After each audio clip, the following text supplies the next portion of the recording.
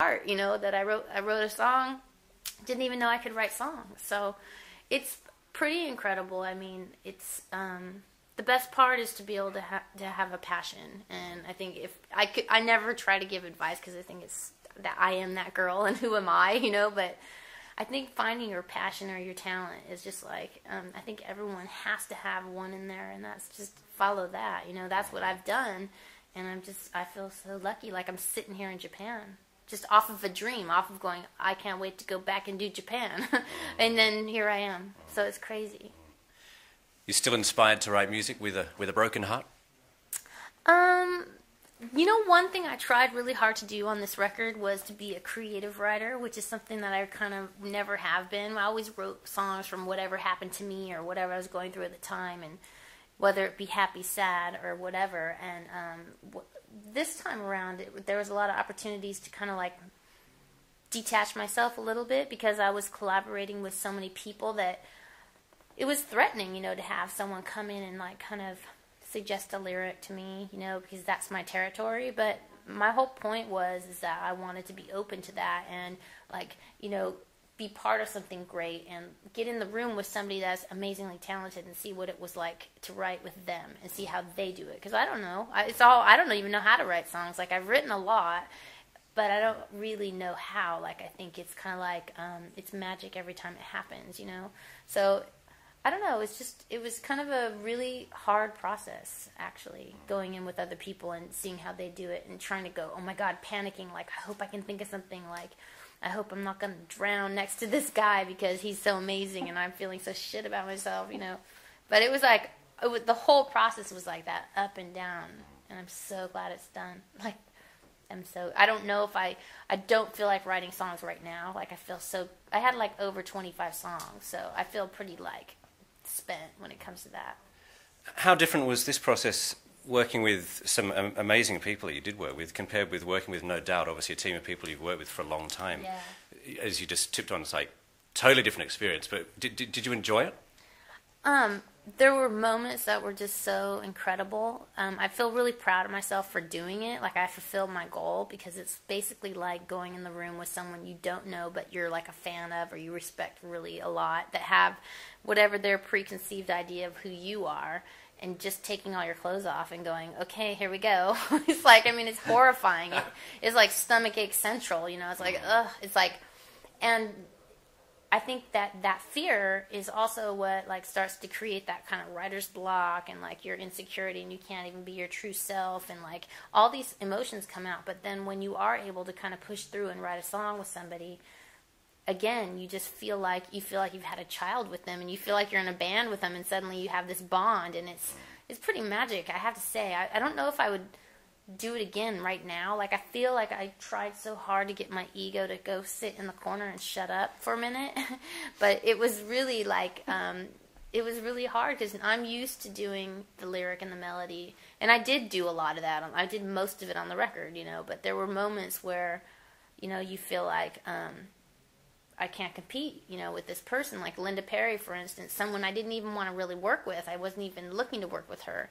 And she kind of looked at me with the eye of the tiger and was like, we're going to write a song together, really aggressive. And I went in with her, and I'd never worked with a woman, It's like, it's all about trying things I never did before, because I did that for 17 years, and you start feeling like, oh my God, panicking, I'm going to die, I need to do all these things, I want to have a baby, I want to do a movie, and so it was just cool to see her, like, be able to run the board and, like, play all these different instruments, and it was just very inspiring for me, and that's when we wrote What You Waiting For. Right. And it was like a kind of a dare to me. It was like, Gwen, what the fuck are you waiting for? And I was like, you did not just say that, So it was that kind of thing, I can't remember what the question was right now, but... Nelly Hooper, Eve, Dallas Austin, Jimmy Jam, Terry Lewis, Andre 3000. Like I said, some amazing people you work with. Yeah. Any other sort of standout moments? Any little special moment you want to tell us about? There's like a story for every single song, I worked with a guy named Dallas Austin, who, this is just one that popped in my head, but he had signed a band called Fishbone. That was one of my favorite bands in high school, and I knew he did like the TLC records, but he was really into Prince, and I knew that I could get that kind of because my inspiration was like Club Nouveau and Lisa Cult Jam. I don't know if we talked about that.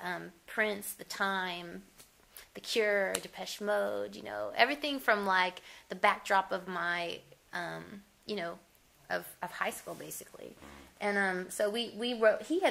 I had written a song called "Simple Kind of Life" on this record called "Return to Saturn." It was the first song I'd written on my own on guitar, and the whole song. So it was a really big deal. And he said to me when I came in the studio, he's like, "I wrote a song based on your song. I love that song, Simple Kind of Life, and I never finished it.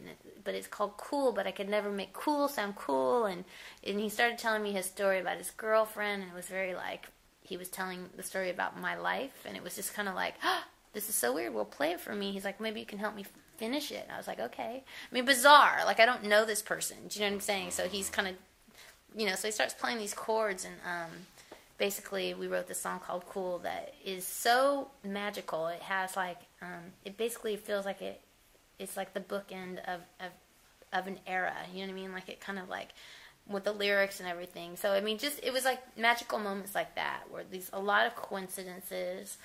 It felt like the record in a lot of ways was kind of writing itself before my eyes, you know. And that's why I felt like with What You're Waiting For, when I did the first video, it was like this whole kind of Alice in Wonderland trip, because it felt like that, you know. It was this journey, this maze, dropping through this hole, like trying to find my inspiration in the Harajuku scene, and the Harajuku girls kind of saving me from my writer's block and leading my way, you know, and giving me something to work towards. And it was very much like this surreal experience. So that's why the video kind of echoed. That's why Alice in Wonderland felt like the right exact echoing of what I was going through making the record. Finally, we're about to see you on the big screen. How was the experience of working with Leonardo DiCaprio making The Aviator?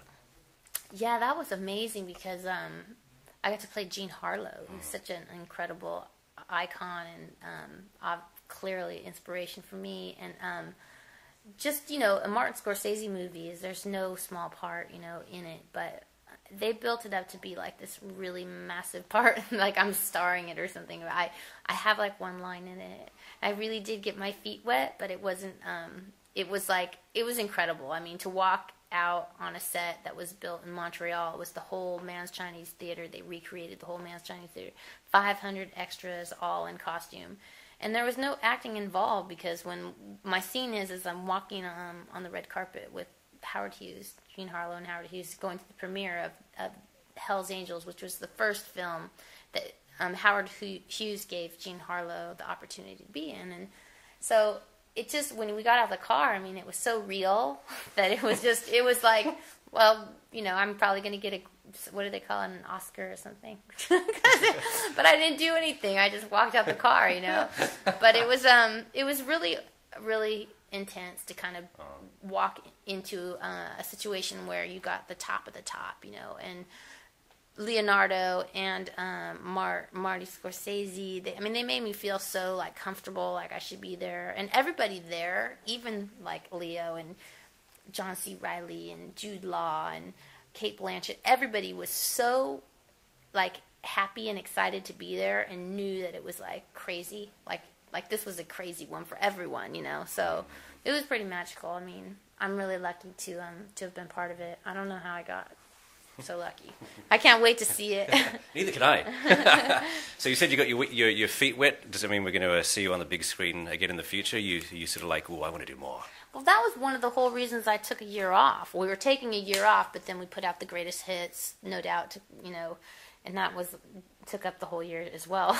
But I wanted to do a film really bad, because I really think that acting is such a familiar kind of performance, like a more subtle performance, and I'd like to try it. Like I said, I'm like all about, let me try something different, you know, because if you feel like you're running out of time at a certain point, just to be really honest. So that's how I feel. And yeah, I'd like to. I mean, I've been developing something, and it just takes so long. And again, like movies they're so risky, because like with music, the really cool part is that you're in control of every bit of it. You know, it's like the whole, from what color lipstick I wear to like what I'm going to sing about to what you know, kind of piano, everything.